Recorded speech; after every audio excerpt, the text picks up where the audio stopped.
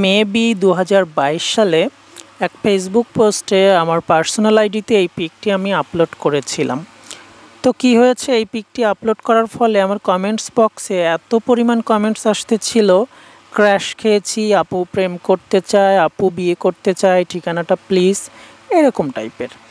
Facebook, Messenger, WhatsApp, ইমোতেও প্রচুর message আসতেছিল, প্রেমের প্রস্তাব, সাথে সাথে বিয়ের প্রস্তাবও আসতেছিল। এর ভিতরে হয়েছে কি, আমার ফ্রেন্ড সার্কেলের কিছু বন্ধুরা, আবার আমার রিলেটিভসরা যারা আমার সমবয়সী, যেমন খালাতো বোন, মামাতো ভাই, চাচাতো বোন, এই টাইপের, ওরা আবার ওদের ফ্রেন্ডসদেরকে আমার পিকটি শেয়ার দিয়েছে, দিয়ে আবার তাদেরকে বলছে, তুই তো বিয়ে করার জন্য পাত্রী খুঁজতেছিস, দেখ তো এই মেয়েটা পছন্দ হয় কি না। তো শুধু পিকটা শেয়ার করেই তারা ক্ষান্ত হয়নি, আমার হোয়াটসঅ্যাপ নাম্বারটা পর্যন্ত দিয়ে দিয়েছে। তো তারা যখন হোয়াটসঅ্যাপে আমাকে বলছিল, তো আমি তাদেরকে বোঝাতেই পারতেছিলাম না আমি একজন ছেলে, মেয়ে সেজে ডান্স করি, আমি একজন ক্রস ড্রেসার। কি বলবো ভাই, দুঃখের কপাল আমার, শুধু ছেলেরাই আমাকে বিয়ের প্রস্তাব, প্রেমের প্রস্তাব দিল, কোনো মেয়েরাই দিল না। আমি তাদেরকে বোঝাতেই পারতেছি না আমি একজন বাংলাদেশের সুদর্শন নারী না, শুধু সুদর্শন পুরুষও বটে। তো এবার আসি কাজের কথাতে। তো 2022 সালের আমার সেই ভাইরাল লুকটি আজকে আমি রিক্রিয়েট করব, যেখানে পরিমণি, বিদ্যাসিনহা, মিম, বড় বড় স্টার নায়িকাদের মেকআপ লুক রিক্রিয়েট করা হয়, সেখানে আমি নিজেই নিজের লুক রিক্রিয়েট করতেছি। ভাবতে পারছেন আমার মেকআপের কি জোর। তো অন্যান্য মেকআপ ভিডিওতে আমি মেকআপের বর্ণনাই দেই, কখন কোনটা ইউজ করছি সেটা। তো আপনারা সবাই জানেন, এগুলো দেখতে দেখতে অভ্যস্ত হয়ে গেছেন। তো আজকে কিছু আমার বাস্তব জীবনের গল্প আপনাদের সাথে শেয়ার করব, আমার এই ডান্স রিলেটেড গল্প। তো এই ঘটনাটা হচ্ছে 2012 কিংবা 2013 সালে সাতক্ষীরা জেলার আশাশুনি উপজেলার হলদিপোতা নামক জায়গাতে একটা প্রোগ্রামে গেছি। তো ডান্স হয়ে গেছে, আমি গ্রিন রুমে বসে আছি চেয়ার পেতে, কুমারেশ গেছে কমিটির কাছে পেমেন্ট নিতে। তো এর ভিতরে 3জন মহিলা আবার গ্রিন রুমে চলে আসছেন, 2জন আন্টি টাইপের, একজন আবার বৌদি টাইপের। তো ওনারা এসে আমাকে বলছে, মা আপনাকে একটা কথা বলবো। তো আমাকে যখন মা বলছে, ওদের কথা শুনে বুঝে গেছি ওরা আমাকে মেয়েই ভাবতে শুরু করেছে। তো আমি আবার কথা বলতেছিলাম না, কারণ যেহেতু আমার টোনটা পুরুষালী টাইপের। তো আমার পুরুষালী টোনের একটা গল্প আপনাদের সাথে শেয়ার করি, এই গল্পটাতে একটু পরে আসছি। তো এই প্রোগ্রামটা ছিল মেবি শ্যামনগরে। তো ওখানে প্রোগ্রাম করতে যেহেতু গিয়েছি, আমি মেয়েলি গেট আপে ড্রেস করে দাঁড়িয়ে আছি, একটু পরে প্রোগ্রাম স্টার্ট হয়ে যাবে।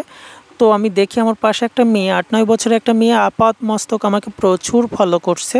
তো এটা হয় স্বাভাবিক, প্রোগ্রামে গেলে, ডান্স করতে গেলে, মেকআপ টেকআপ দেখলে অনেকে এইভাবে দেখে। তো আমি কিছু মনে করতেছিলাম না। এর ভিতরে কুমারেশ আমাকে এসে বলছে, কোন গানে ডান্স করবি।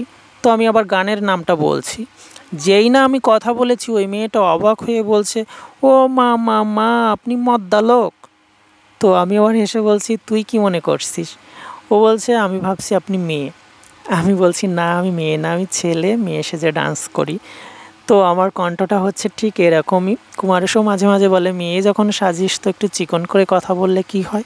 তো আমি আবার ওর সাথে বললি, আমি চিকন করে কথা বলতে পারি না, আর মনের ভাব প্রকাশের বাহক হচ্ছে কথা। কথাটা যদি আমি আমার মতো করে না বলতে পারি, তাহলে কি হলো বলো।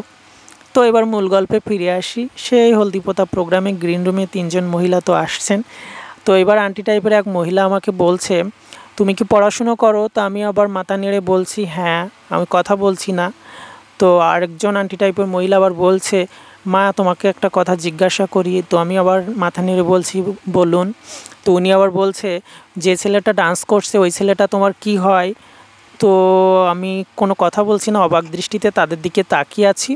তো একজন মহিলা আবার বলছে, উনি কি তোমার ভাই হয়। তো আমি ওর না বোধক মাথা নাড়লাম।